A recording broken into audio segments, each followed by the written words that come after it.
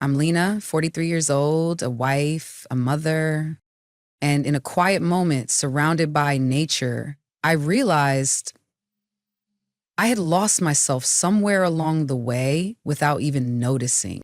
What was supposed to be a simple picnic with my son felt ordinary at first, but unexpectedly, it was in that quiet place, through my son's quiet presence and compassion, that I was reminded I still existed beyond the roles I had worn for so long. If you've ever lived too long for others and forgotten who you were, if you've ever felt lost in roles that no one seemed to see, listen to my story and tell me, have you ever stood on the edge of an emotional cliff like that? My name is Lena, and I'm 43 years old, a wife, a mother, and somehow a woman who vanished from her own life without even noticing. I don't know when it happened, only that one day I looked around and barely recognized myself. The house I live in was once the dream of a perfect home. The kitchen was always glowing with warmth, the dining table filled with laughter, and evenings echoed with stories whispered by two small children. But now, when I walk down the hallway, my footsteps echo like they're returning from the walls of an empty house. Henry, my husband, has long withdrawn into a world of his own. Work consumes him completely, urging phone calls, sudden business trips, and rushed apologies that leave behind a silence I carry alone, one that stretches longer each time, never quite closing. Some nights I sit alone in the living room, the dim yellow light casting a soft shadow on a slightly tilted family photo. I listen to the ticking of the clock and quietly wonder to myself, when was the last time someone truly looked me in the eyes? I don't remember the answer, and that somehow hurts more than the question. Jack, my son, is 18 now, a quiet, thoughtful boy with a gentle gaze that reminds me of who I used to be. I still care for him, still ask about his classes, but there's an invisible glass wall between us I can't seem to cross. Even when I'm right beside him, it feels like Jack is just out of reach. Not because he's distant, but because I fear I've grown too distant from myself. That fear is what holds me back more than anything else. One morning, Henry packed for yet another last-minute business trip. His voice, as always, was hurried and full of guilt. "I'm sorry, Lena. The meeting was rescheduled. Please take care of the kids while I'm gone." I nodded, like I always do. But this time, something inside me stirred, quietly, deeply. It wasn't anger. It wasn't sadness either. It was a silent awakening. And I made a decision. "Jack, would you like to go on a short trip with me this weekend?" He looked up, a little surprised. "Just the two of us?" he asked. I smiled and replied, "Yes. We could both use a change of scenery." I wasn't sure what I was expecting. I only knew I needed to step outside these quiet walls. I needed to see my son, not just as a mother sees him, but as a person growing, alive, and quietly becoming someone I've missed too much of. And so we began. A trip that seemed so simple at first, but later I would come to understand it wasn't just a picnic. It was a journey that brought me to the fragile edge between love, longing, and morality. Have you ever felt like you were slowly disappearing inside your own family? If you have, then come with me, because this is where the story begins. The car rolled quietly away from the familiar street, carrying Jack and me toward a place I hoped would help us both rediscover a different pace of life, one not filled with shallow answers or awkward silences after dinner. Jack sat beside me, the early sunlight streaming through the window, lighting up his slightly messy hair and thoughtful eyes. He wore headphones, but now and then I'd take one off to say a few short words. Not many, but warmer than anything I'd heard from him in months. We drove through winding roads, trees growing denser with every mile. The place I had chosen was an old lakeside campsite, a spot our family had once visited during a short summer trip back when Jack was little, and Henry would hold me from behind as we watched our son toss stones into the still water. That memory returned now like a quiet echo, untouched by time. As we neared the forest, the atmosphere seemed to shift, quieter, deeper, as if nature itself was opening its arms to welcome two tired souls from the city. I opened the car door and stepped out first, breathing in the sharp, cool air. The scent of wild grass and pine hit me instantly, and for a moment, it felt like I was both returning to something and stepping into something entirely new. Jack quietly retrieved our bags from the trunk. "Do you still remember the way in?" he asked, half joking, half serious. I smiled and pointed toward the narrow path leading into the woods. "If I get us lost, at least I've got a 6-foot guide walking beside me," I teased. We began walking into the forest, light backpacks on our backs, our footsteps crunching softly over dry leaves. Sunlight filtered through the canopy above, casting shifting patterns of gold and shadow across the path. I watched Jack walking a few steps ahead, his stride steady, occasionally glancing back to see if I was keeping up. A strange wave of emotion rose within me, the kind that sneaks up quietly. That boy was no longer the child clinging to my coat. And I, the woman who once led him by the hand, now followed silently in the rhythm of his growth. After about 20 minutes, a small pre-pitched tent came into view by the lake's edge. The water was perfectly still, the late afternoon light painting the surface in shades of soft jade. Around us, trees whispered, and now and then birdsong rose in the air as if the whole world was murmuring to itself. We set up the tent together, rolled out the mat, and arranged the food. We didn't need many words. Every movement felt natural, as if mother and son were quietly reweaving a thread that had once grown fragile. The silence was no longer empty, it was shared. I sat down on a flat stone by the lake and let out a long, gentle breath. "Jack, thank you for asking me to come," I said softly. He paused for a moment, then sat beside me. "It's not that you needed to get away somewhere," he said, voice quiet. "It's that you needed to see yourself again, didn't you?" I turned to him, and for the first time in many years, I felt my son was seeing me not as someone to care for, but as a whole person. And in that moment, I knew this trip would change me more than I had ever imagined. After we finished setting up the tent and had a simple lunch of sandwiches, the two of us sat by the lake, saying nothing at all. Only the soft wind rustling through the old pine trees and the sunlight scattering gold across the gently rippling water remained. I hadn't expected that silence could feel this comforting. I reached out and touched the surface of the lake, the coolness of the water awakening a part of my memory long left unnamed. Rushed mornings waking Jack for school, quiet dinners with just the two of us, and endless nights lying alone in a bedroom where Henry had been absent far too long. All returned like waves, gentle but deeply persistent. Each recollection lapped at my thoughts, not to overwhelm, but to remind. Jack was retying his shoelaces nearby. That boy, or rather that young man, now stood nearly a head taller than me, with broad shoulders and eyes that no longer darted away like they did in his teenage years. I looked at him, as if trying to stitch together the image of the little boy he once was with the quiet, steady young man now sitting before me. "I still remember the first time we came here," Jack said, his voice low, echoing in the open space. "You made me wear a hat all day because of the sun, but all I cared about was chasing frogs in the grass." I laughed, a soft sound that fell like a leaf. "I remember," I said. "You thought you'd catch a whole army of frogs and bring them home as pets." Jack laughed too, a rare smile, unforced and real. Then he said slowly, "You've been quieter than usual lately." I was caught off guard. "Have I?" I asked. "Yeah," he nodded, looking at me with eyes no longer those of a child. "It's not regular quiet. It's like you've been pulling away from everything. I see you staring off into space or just sitting there doing nothing. Are you okay, Mom?" I said nothing at first, not because I didn't want to answer, but because the emotion rose so quickly, I had to hold it still. That question,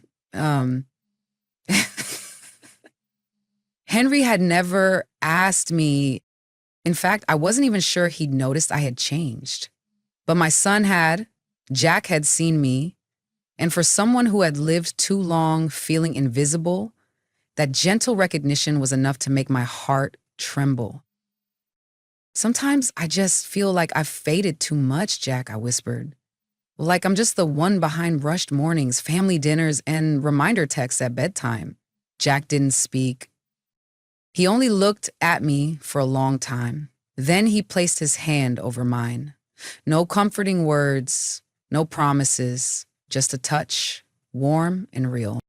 I always see you clearly, Mom, Jack said. When you're sad, when you try to hide your tears, I see it all. I couldn't hold it in anymore. A single tear slipped down, landing on the hand Jack was holding. In that moment, in the still, raw quiet of nature, I saw it more clearly than ever.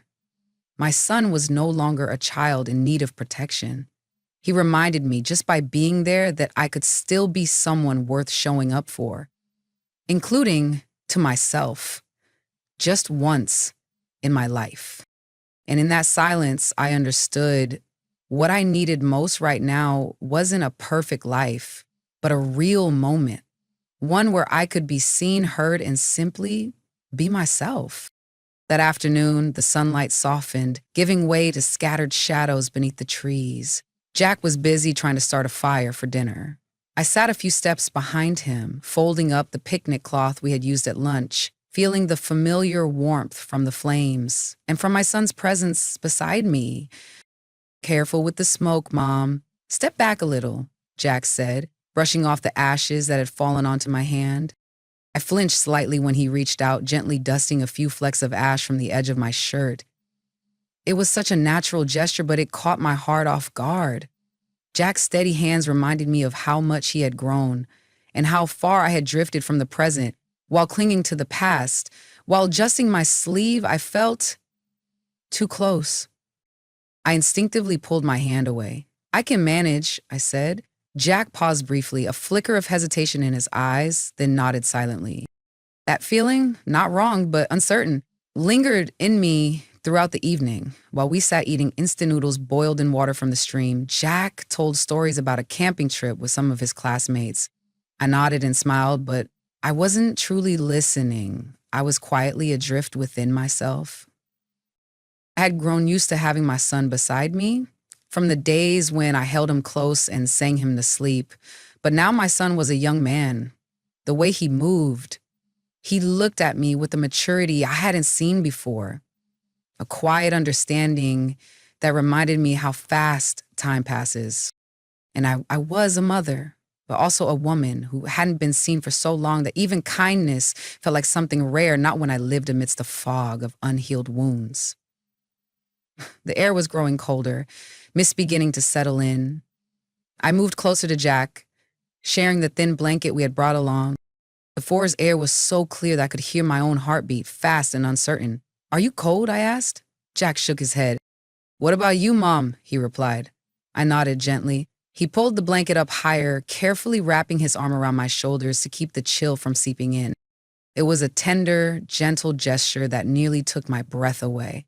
I leaned lightly against his side, and for the first time in years, I felt grounded, not by duty, but by the presence of someone who truly cared. In that quiet moment, I was grateful to be seen, not as a mother by duty, but as a person worth noticing again. At that moment, maybe it was simply to thank him for the warmth, but when my eyes met his, I saw something quiet and steady. The gaze of someone who had grown up watching more than I ever realized. I turned away immediately. It felt like a hidden wave had just swelled beneath the calm surface of the lake. Something had stirred beyond the boundary of mother and son, though not quite into anything wrong. It was delicate enough to leave someone confused and questioning. That night, as I crawled into the tent to sleep, I heard Jack shifting on the other side. He said nothing, didn't move closer. But I knew he wasn't asleep. I lay still, eyes open in the dark, listening to my own heartbeat, like a quiet warning. I realized how easy it was to mistake comfort for connection, when what I really needed was healing, not closeness, that with just one more touch, I might not return from. And in that moment, I realized the most dangerous things are not always the ones we clearly see. Sometimes danger hides in nearness that seems harmless. It slipped softly past moral lines, through tenderness, unmet emotions, and old cracks never stitched back together. And I, a mother, a woman long accustomed to loneliness, was trembling before the edges of her own heart. Night had wrapped the forest in a blanket of velvet black, with only the sound of insects echoing steadily like nature's quiet breath. I lay still in the tent, curled inside my sleeping bag, my back turned toward Jack. The space between us was small, just a few layers of nylon and a stillness so silent it almost rang. Yet I had never felt his presence more clearly, saturating each breath, each tiny movement. I closed my eyes, trying to pull myself away from the whirlwind of thoughts invading my mind, but the more I tried to forget, the more vividly I remembered. Jack's eyes that afternoon, his hand gently pulling the blanket over my shoulder. Nothing inappropriate had happened. I knew that. And yet, precisely because of that, I was terrified. Terrified that the emotions inside me were messy, not because of him, but because I had forgotten how to care for myself. I turned, facing Jack. He was lying on his side, facing away from me, his breathing steady and deep. He was asleep. A part of me felt relieved. At least he couldn't sense the storm building within me. But another part was quietly disappointed.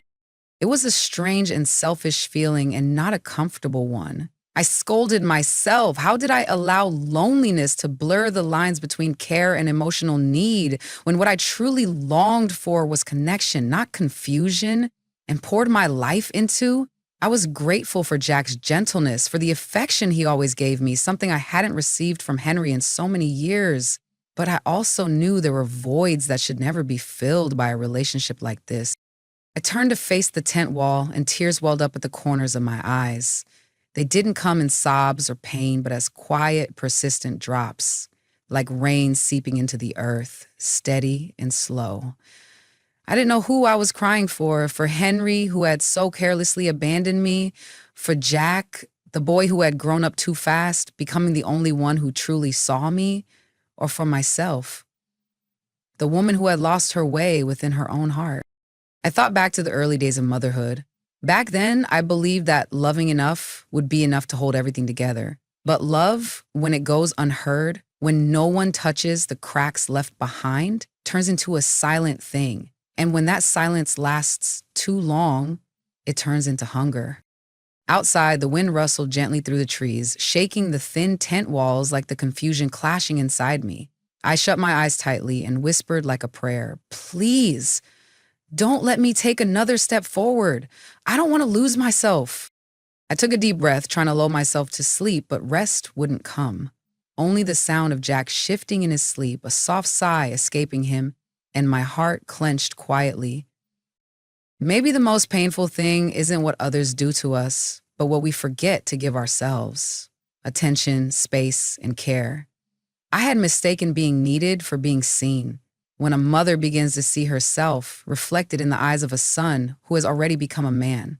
And I knew if I didn't wake up soon, if I didn't have the courage to step back, then I wouldn't need to go far to lose everything, even myself. I woke up before the sun had risen. Pale light filtered through the tent's fabric, tinting the air with a hazy bluish gray. The night wind was gone, and so was the steady sound of Jack's breathing. I turned my head and saw his sleeping bag was empty. I sat up, my mind still foggy, as if sleep had done nothing to soothe the weight pressing on my chest. My heart felt heavy. Something in me had shifted after last night. Not loudly, not dramatically, but clearly and undeniably. I was no longer the woman I had been the day before. I stepped out of the tent. The morning air was cold, like water just melted from mountain stone.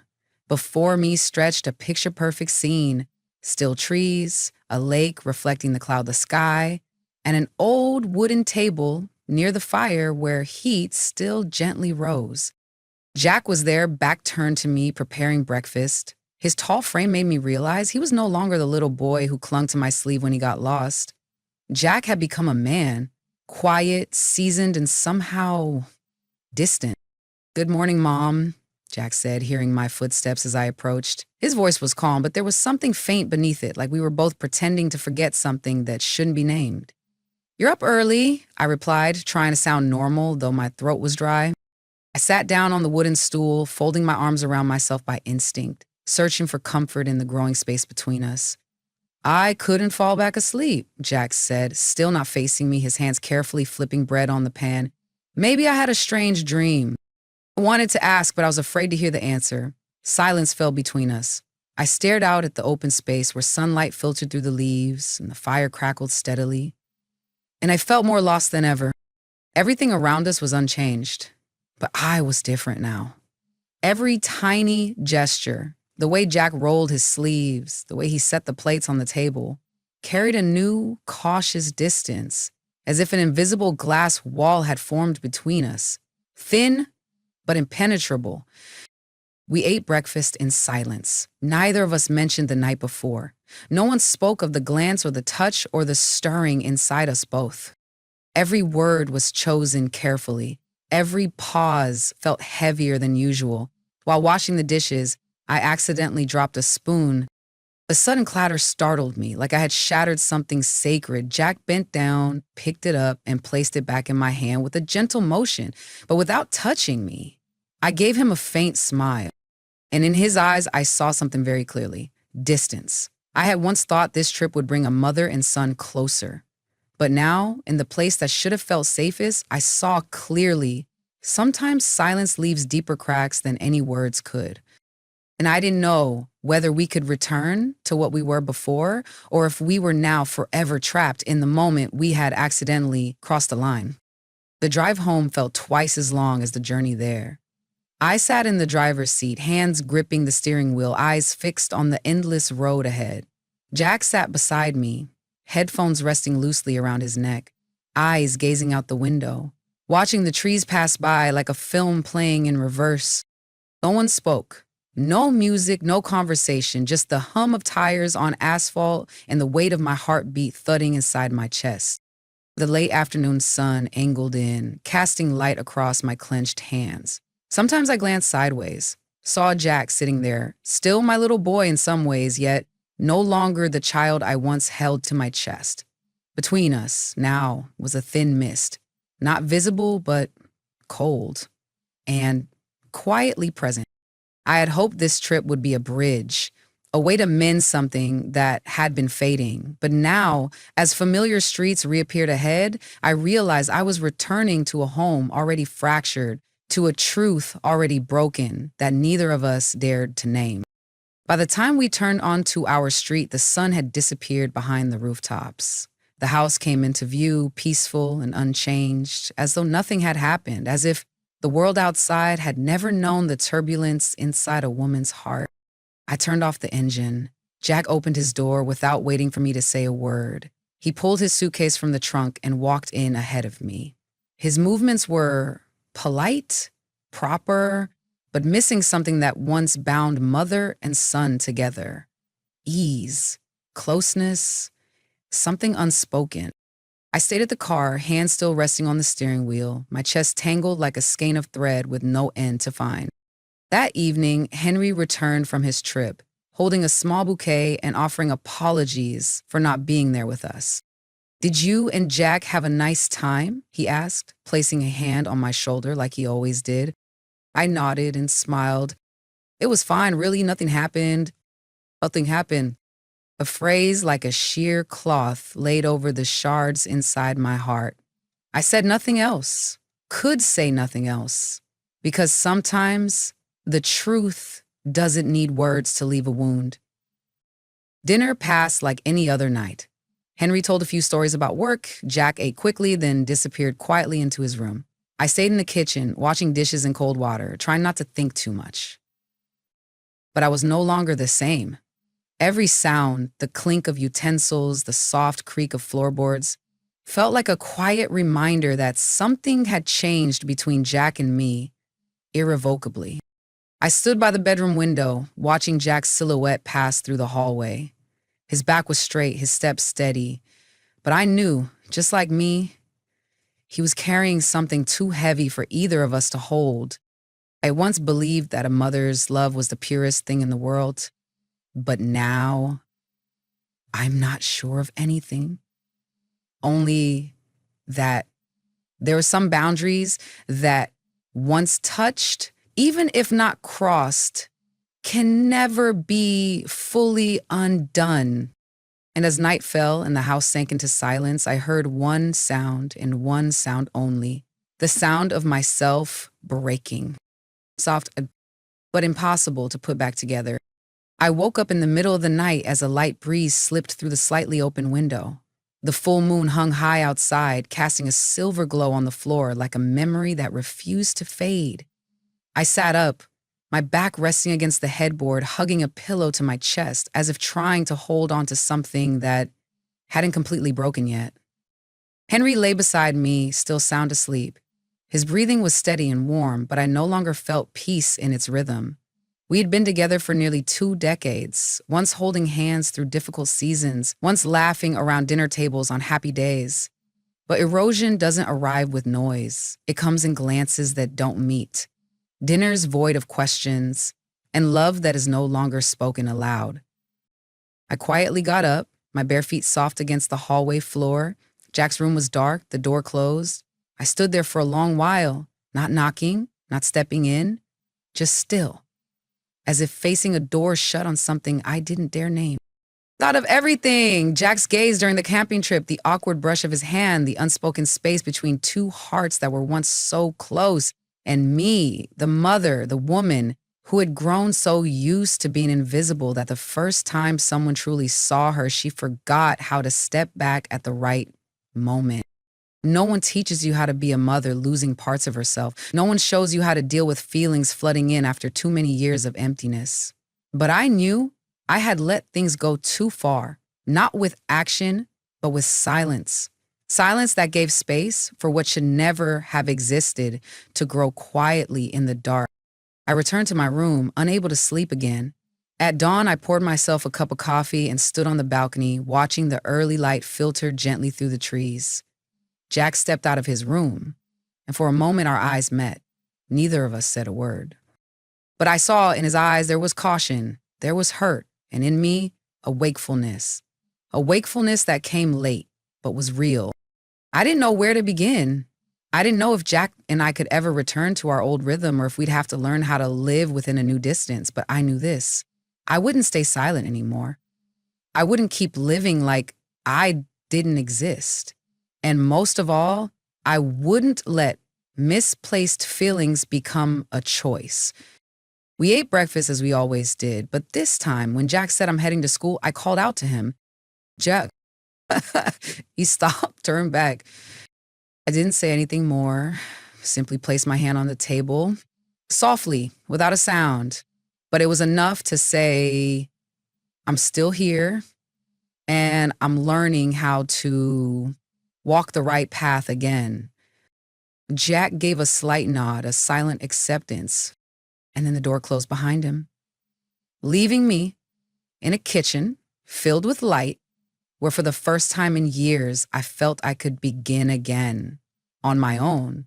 But this time, not because someone was missing, but because I had finally found myself. Because sometimes things fall apart not from one wrong decision, but from years lived without feeling. Yet, if there's still enough courage to face the cracks, then even a late awakening can still be a beginning. There are boundaries that aren't always drawn clearly between right and wrong. They are marked by prolonged loneliness, by the weariness of someone who has gone too long without being heard, without being seen for who they truly are. Lena's story isn't told to justify what happened. It serves as a reminder that a woman, whether she's a wife, a mother, or anyone else, is still a human being with real emotions, with a need to be loved and understood. If you are quietly enduring something, if you've ever felt like you're slowly disappearing from your own life, take a deep breath and ask yourself, can I still see myself? Have you ever experienced a late awakening like Lena's? Share your story, because your voice might just be the light someone else needs while walking through the dark.